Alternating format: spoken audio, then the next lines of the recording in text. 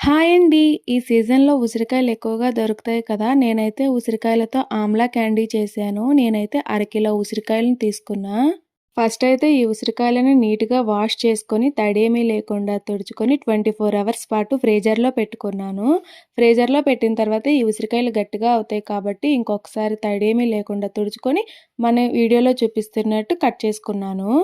ఈ అరకిలో ఉసిరికాయల్లోకి నేను ఒక కప్పు షుగరు, ఒక చెక్క నిమ్మరసం వేసి ఇంకొకసారి కలుపుకొని మూత పెట్టి 2 డేస్ పాటు ఊరనివ్వాలి. మధ్య మధ్యలో కలుపుకోవాలి. 2 రోజులకి పంచదార మొత్తం కరిగిపోయి ఇలా షుగర్ సిరప్‌లా అయితే రెడీ అవుతుంది.